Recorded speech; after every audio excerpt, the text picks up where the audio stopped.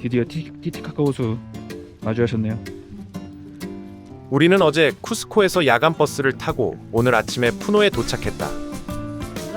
페루 쿠스코에서 볼리비아 라파즈로 가는 볼리비아 호버스를 탔는데 가는 중간에 페루 푸노 그리고 볼리비아 코파카바나 여행이 포함된 버스다. 버스 탑승객이 모두 푸노와 코파카바나를 여행하는 것은 아니고 희망자에 한해 버스비 이외에 추가 요금을 내고 가이드를 따라 여행을 할 수 있다.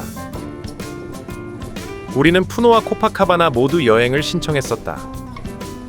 이렇게 쿠스코에서 라파즈로 이동하면서 잠깐씩 푸노와 코파카바나를 여행할 수 있어 좋았다. 그런데 아무래도 야간 버스를 타고 이동해 왔기 때문에 피곤함이 계속 남아있을 수밖에 없었다. 나는 그래도 예전에 몇 번 타본 적이 있었는데 부모님께서는 첫 탑승이셨다. 야간 버스로 인한 피곤함은 어쩔 수 없지만 그래도 일반석이 아니라 우등석을 타고 와서 그나마 다행이었다. 나는 2009년에 리마와 쿠스코는 여행했었지만 푸노는 이번이 처음이다. 세계 테마 기행과 걸어서 세계 속으로에서만 봤던 갈대섬을 드디어 가볼 수 있다는 생각에 많이 설레었다. 티티카카 호수도 전에는 볼리비아 쪽에서만 봤었는데 이번에 페루 쪽 티티카카 호수를 보는 것도 좋았다. 우로스 섬은 페루 푸노 연안의 티티카카 호수 위에 떠있는 약 100여 개의 인공 갈대섬 집합체다. 단순히 관광 명소를 넘어 수세기 동안 이어진 인간의 처절한 적응력과 독창적인 건축공학을 보여주는 살아있는 인류학 유적지다. 잉카 제국보다도 훨씬 이전부터 이 지역에 우로스족이라는 고대 부족이 살고 있었다. 우로스족은 잉카 제국뿐만 아니라 주변의 호전적인 부족들의 침략과 압제를 피해 땅을 포기하고 호수 한가운데로 들어갔다. 그리고 단단한 땅 대신 언제든 밧줄을 끊고 다른 곳으로 이동할 수 있는 부유식 섬을 만들어 스스로를 보호했다. 우로스 섬은 호수 연안에서 자라는 토토라라는 갈대를 이용하여 만든 인공섬이다. 토토라 갈대의 뿌리 덩어리는 내부에 기공이 많고 분해 과정에서 발생하는 가스가 갇혀 있어 코르크 마개처럼 물에 잘 뜨는 성질이 있다. 우기 때 호수 표면에 떠오른 흙과 뿌리 덩어리를 잘라내어 섬의 기초로 삼고 이 뿌리 덩어리들을 로프로 단단히 연결해 거대한 바닥판을 만든 다음 기초 위에 말린 토토라 줄기를 격자 모양으로 두껍게 겹겹이 깔아서 단단하고 푹신한 매트층을 만들고 호수 바닥에 말뚝을 박아 로프로 섬을 묶으면 이 섬이 완성된다. 물에 잠겨있는 아래쪽 갈대는 계속해서 썩기 때문에 보통 15에서 30일마다 섬 표면에 새로운 윗줄기 갈대를 계속해서 덧 깔아주어야 한다. 관리만 꾸준히 하면 하나의 섬은 약 30-40년 정도 유지가 된다. 수명이 다하면 자연스럽게 해체되거나 호수 아래로 가라앉아 다시 새로운 갈대의 영양분이 된다. 우로스 섬 사람들은 집, 학교, 감시탑, 그리고 그들이 타는 배까지 모두 갈대로 만들었다. 토토라 갈대 밑동의 하얀 부분은 요오드가 풍부하고 단맛이 나기 때문에 식량으로도 쓰였다. 단백질은 민물고기와 물새를 잡아서 얻었다. 섬 전체가 바싹 마른 갈대라서 불이 나면 순식간에 섬 전체가 타버린다. 따라서 요리는 섬 바닥에 돌을 두껍게 깔아 만든 별도의 화로에서만 아주 조심스럽게 진행한다. 오늘날 우로스 섬은 페루의 대표적인 관광지가 되었다. 과거에는 어업과 포획이 주업이었으나 현재는 관광객을 맞아 섬을 설명하고 전통 공예품을 팔거나 갈대배 체험을 제공하는 것이 주 수입원이다. 겉보기엔 전통 방식을 고수하는 것 같지만 갈대집 지붕에 태양광 패널을 설치해 전기를 쓰고 텔레비전을 보거나 휴대폰을 충전하며 생활한다. 문화의 지나친 상업화라는 비판도 존재하지만 환경의 변화 속에서도 외세에 굴하지 않고 자신들만의 독특한 터전을 지켜낸 인류 생존 방식의 결정체라는 점에서 우로스 섬은 여전히 독보적인 가치를 가지고 있다.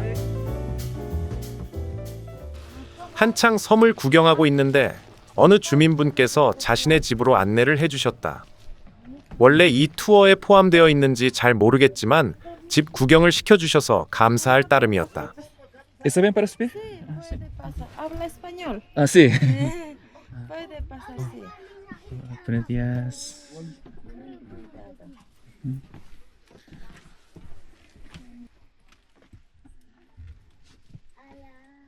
Puesto mi casa. Con paneles solares utilizamos para luz. Ah, TV, música, Ajá. todo funciona con paneles solares. ah, Sí, cada habitación vivimos solo una familia. una familia. Yo tengo 3 hijos. Oh. Mis hijos, Ajá. acá. Ah, Acá los niños haciendo la tarea ah, para escuela. padre. La foto es no problema. Ah, ok, ok. Pueden tomarse fotos, no hay problema. Hola, ¿cómo estás? Bien. Ujú. Pepe, Nunca.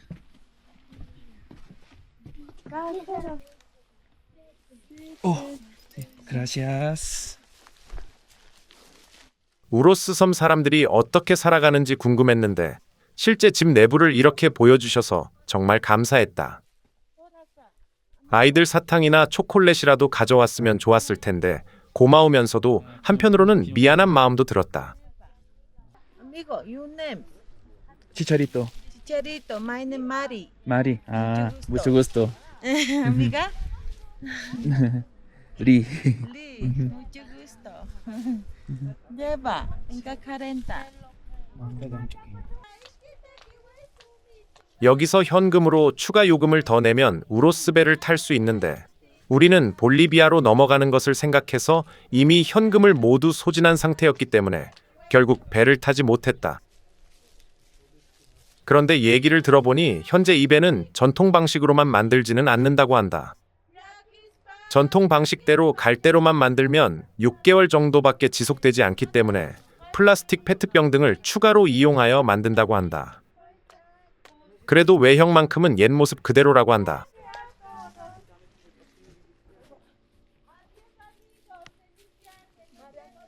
우리가 오늘 유일한 방문객인지 우리가 갈 때가 되니까 슬슬 기념품 판매를 접는 것 같다. 오늘 기념품을 사는 사람들이 거의 없었는데 장사를 접으면서 많이 아쉬워하셨을 것 같다.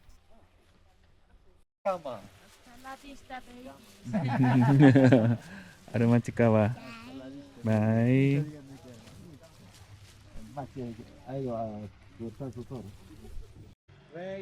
지금 섬에 정박하고 있는 이 작은 배가 슈퍼마켓이라고 한다. 가끔씩 TV에 나오는 우리나라의 오지 마을만 돌아다니는 만물 트럭이 생각났다.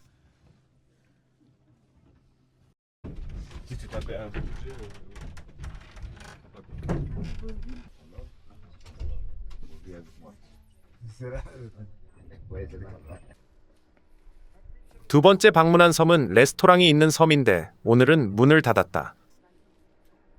현지 주민들이 이용하는 곳은 아니고 관광객들을 위한 곳이다.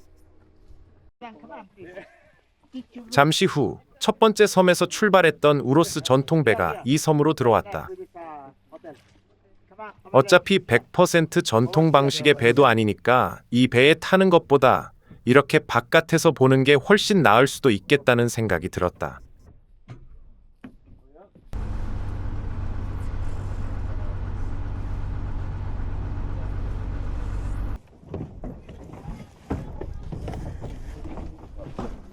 Ah, ¿y ya vamos a salir o? 육지로 돌아와서 보니 버스를 바꿔 타야 한다고 한다. 오케이, 오케이. 오늘 타는 버스는 페루푸노에서 볼리비아 코파카바나까지 가는 버스다. 어제는 다행히도 우등석에 앉을 수 있었는데 오늘은 우등석에 앉을 수 없다. 그래도 또 운이 좋게 2층 맨 앞자리에 앉게 되었다. 이쪽을 앉으시. 2층 맨 앞자리는 앞에 탁 트인 전망을 감상할 수 있다는 점이 정말 좋다. 부모님께서도 앞에 탁 트인 전망에 펼쳐진 경치에 아주 만족하셨다.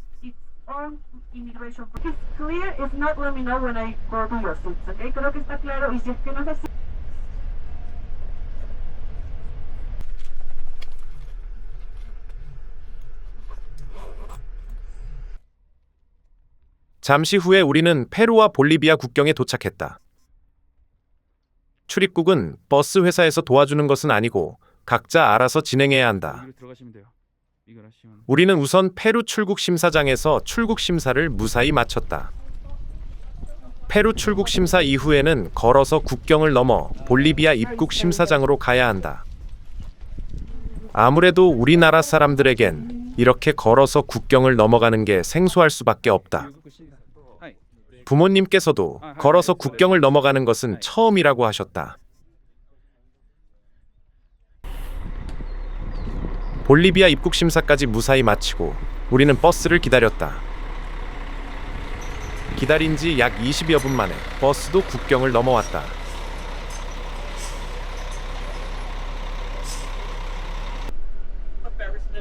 국경을 넘어와서 약 30분 정도를 더 이동했다. 이동하면서 바라본 볼리비아의 모습에서 페루와는 또 다른 매력이 느껴졌다. 우리는 곧 코파카바나에 도착했다. 이곳도 티티카카 호수를 품은 마을이다. 그런데 호수가 워낙 크다 보니 이곳이 마치 항구 도시 같은 느낌이 든다. 호수 가까이에 와서 보니 영락없이 바닷가의 항구처럼 느껴진다. 코파카바나에선 배를 타고 태양의 섬을 방문할 예정인데 배를 타기 전에 점심 식사를 하러 왔다. 여기는 티티카카 호숫가에 있는 식당가인데 그 중에서 한국인에게 가장 유명하다는 12번 키오스크에 왔다. 원래는 식당 내부 벽에 한국어 메뉴판도 붙어 있었다는데 현재 리모델링 중이라 임시 공간에서 운영하고 있다고 한다. 우리는 레몬 송어와 갈릭 송어, 그리고 돼지고기 튀김인 치차론을 주문했다. 티티카카 호수에서는 송어를 양식하기 때문에 송어 요리가 유명하다고 하는데 소문대로 송어 요리가 정말 맛있었다. 돼지고기 치차론도 약간의 잡내가 있긴 했지만 엄청 부드럽고 겉바속촉이 잘 느껴지는 맛이었다. 그리고 맑은 날씨에 청량한 호수를 바라보며 식사를 하는 것도 정말 좋았다. Aquí pago a usted. Sí. 120. Cerdo 50 volvíamos. Me dio 40. 여행을 하다 보면 겪을 수 있는 상황인데 외국인이라고 돈을 올려서 받으려고 한다.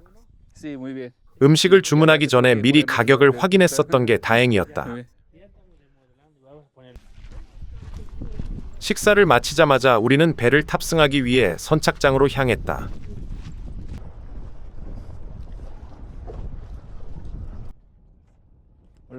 배 탑승 수속은 신분증 확인 없이 리스트의 이름을 확인하는 것이 전부였다. Sí, son 3. Sí, gracias.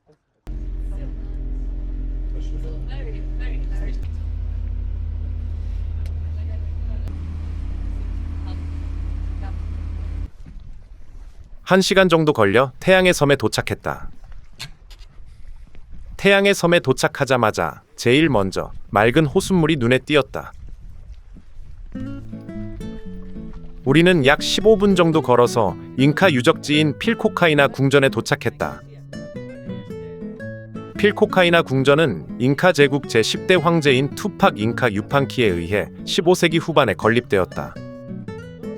필코는 화려한 새, 카이나는 머무르는 곳이라는 의미로 화려한 새들이 거주하는 곳이라는 뜻을 가진다.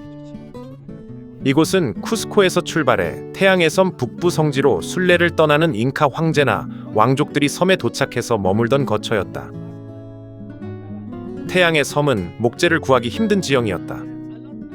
따라서 잉카인들은 나무 대들보 없이 오직 돌을 계단식으로 밀어넣어 겹쳐 쌓는 가짜 아치 기술을 사용하여 1층에 단단한 석조 지붕을 만들었다. 1층은 현재까지도 형태가 완벽하게 보존되어 있으나 나무나 가벼운 재료로 만들어졌을 것으로 추정되는 2층 지붕 구조는 세월이 지나면서 손실되었다. 건물 내부와 외부 벽면 곳곳에 잉카 건축의 전형인 사다리꼴 형태의 홈이 정교하게 파여 있는데 이 공간에는 태양신이나 조상 신상, 재래용 토기, 금과 은으로 만든 장식품 등을 올려두었던 것으로 해석된다. 창문과 문 역시 위로 갈수록 좁아지는 사다리꼴 형태이며 이는 지진의 충격을 분산시키는 잉카의 대표적인 내진 설계 방식이다. 궁전의 문과 주요 개방부는 티티카카 호수 너머 동쪽을 향해 설계되었는데, 이는 아침에 떠오르는 태양신 인티의 빛을 직사로 받기 위한 재래적 배치였다. 필코카이나 궁전은 호수 수면에서 약 20에서 30m 높이의 절벽 상단에 지어져 있다. 궁전 정면에 서면 탁 트인 티티카카 호수와 저 멀리 안데스 산맥에 눈 덮인 얌푸파타 해협과 설산 풍경이 한눈에 들어오는 배산 임수형 위치를 자랑한다. 하지만 태양의 섬도 스페인 침략자들에 의한 엄청난 수탈과 파괴를 피하지 못했다. 잉카 최고의 성지였던 만큼 사원과 궁전을 장식하던 금판, 금은 신상, 재래용품은 스페인 정복자들에게 전부 약탈당하고 녹여졌다. 가톨릭 선교사들은 토착 신앙을 없애기 위해 주요 신전을 파괴하고 건너편 코파카바나에 거대 성당을 세워 순례 물줄기를 가톨릭으로 강제 전환시켰다.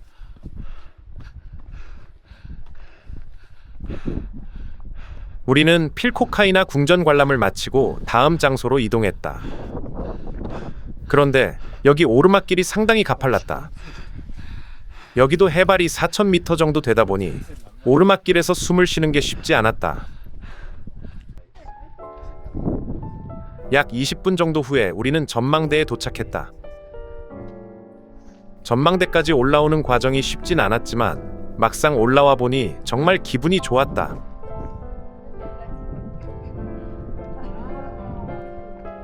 무엇보다도 이 전망대에서 바라보는 티티카카 호수의 모습이 정말 아름다웠다. 모두들 숨을 좀 돌리고 난 후에는 사진 찍는데 여념이 없었다. 전망대에서 충분히 휴식을 취한 우리는 다음 장소인 유마니 마을로 향했다.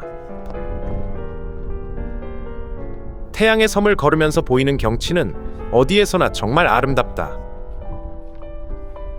걷는 게 좀 힘들게 느껴지다가도 경치를 바라보며 걷다 보면 금세 평온해진다. 유마니 마을은 태양의 섬 남부에 있는 섬 내 최대 거주지이자 남부 관광과 생활의 핵심 중심지이다. 이곳 마을 주민들은 안데스 고유 원주민인 아이마라족이 대다수를 차지하는데 독자적인 아이마라 언어와 문화, 전통 의상을 유지하며 살아가고 있다. 마을 주변 경사면에는 잉카 시대부터 이어져 온 계단식 밭인 안데네스가 잘 보존되어 있으며 주민들은 이곳에서 감자, 옥수수, 키노아, 파바빈 등을 자급자족 형태로 재배한다. 선착장에서 마을 상부까지 생필품, 건축 자재, 여행객의 무거운 배낭이나 가방을 운반하는 역할은 전부 당나귀와 라마가 담당한다. 골목길을 걷다 보면 짐을 싣고 이동하는 나귀떼와 현지 주민들을 수시로 마주치게 된다. 이 유마니 마을에는 저렴한 호스텔부터 호수 전망을 갖춘 호텔까지 다양한 숙박시설이 있고 안데스 현지식과 양식을 파는 식당과 소규모 카페들이 마을 길목을 따라 늘어서 있다. 과거에는 전력 공급이 불안정했으나 현재는 태양광 발전과 전력망 연결을 통해 비교적 안정적으로 전기가 공급된다고 한다.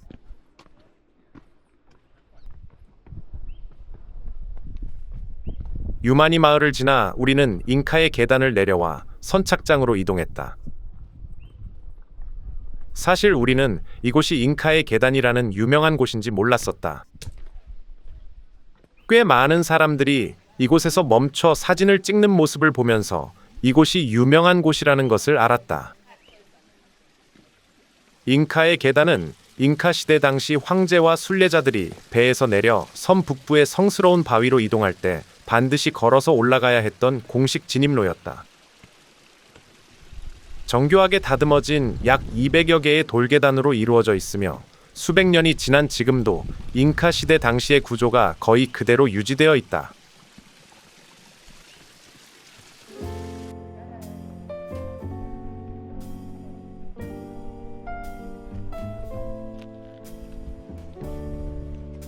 배를 타러 가는 중에 맑고 투명한 티티카카의 호숫물이 또다시 눈에 띄었다. 돌아가는 배를 탑승할 때도 이름만 확인하고 그냥 탑승한다.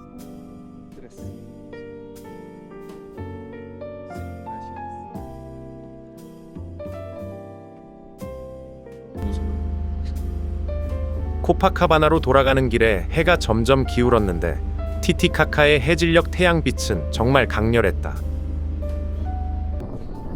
우리는 결국 무사히 코파카바나에 돌아오긴 했으나 오는 중에 한 승객이 귀중품을 두고 왔다고 하는 바람에 배를 돌려 태양의 섬으로 다시 갔다 오는 일이 있었다. 라파즈로 가는 버스가 6시에 출발인데 배에서 내리고 보니 벌써 6시가 거의 다 되어가고 있었다. 우리는 버스를 놓치지 않기 위해 서둘러 버스 정류장으로 향했다. 우리는 다행히 버스를 놓치지 않고 제 시간에 탈 수 있었다. 코파카바나에서 라파즈로 가는 버스는 좌석이 지정제가 아니라 선착순이었다. 우리는 가장 늦게 버스에 탑승하는 바람에 맨 뒷자리에 앉을 수밖에 없었다. 코파카바나에서 라파즈로 가는 버스는 이번 볼리비아 호배 3개 버스 중에 가장 안 좋았다. 연식이 오래됐는지 차가 많이 덜컹거리고 편안함이 전혀 없었다. 피곤하면 자려고 생각했었는데 전혀 잘 수 없는 환경이었다. 그래도 창문 너머로 보이는 티티카카 호수의 모습은 정말 아름다웠다.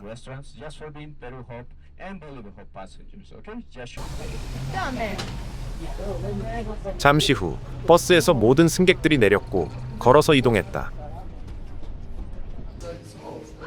호수 건너편 마을로 이동해야 하는데 여기에는 건널 수 있는 다리가 없다. 사람도 버스도 모두 배로 이동해야 한다. 사람은 승객용 배로 이동하고 버스는 버스 전용 배로 이동한다.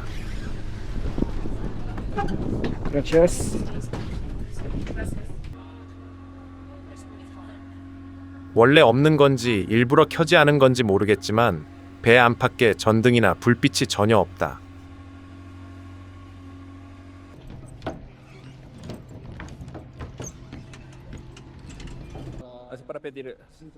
배에서 내린 작은 마을에서 20분의 시간이 주어졌다.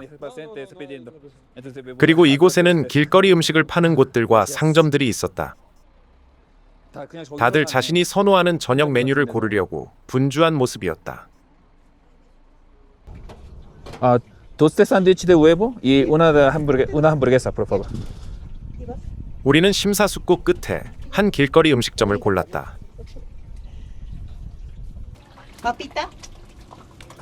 Papá. Ya incluye, ¿verdad? Sí, por favor.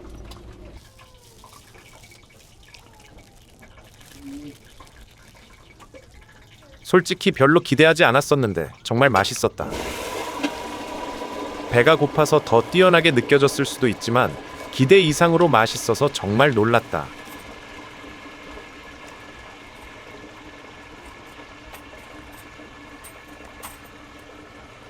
Gracias.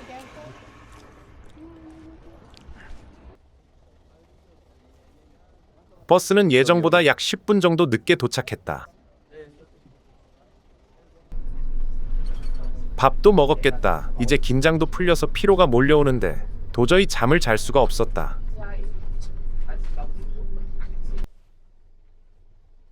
드디어 라파즈에 도착했다. 코파카바나에서 라파즈까지 총 4시간 정도 걸렸다. 볼리비아 호배 서비스가 정말 좋았던 것은 라파즈에 도착했다고 끝나는 게 아니라 모든 승객들을 승합차로 숙소 바로 앞까지 데려다 주었다는 점이다. 볼리비아 국경을 넘어오자마자 갑자기 휴대폰의 이심이 작동하지 않아 불안했었는데 정말 다행이었다.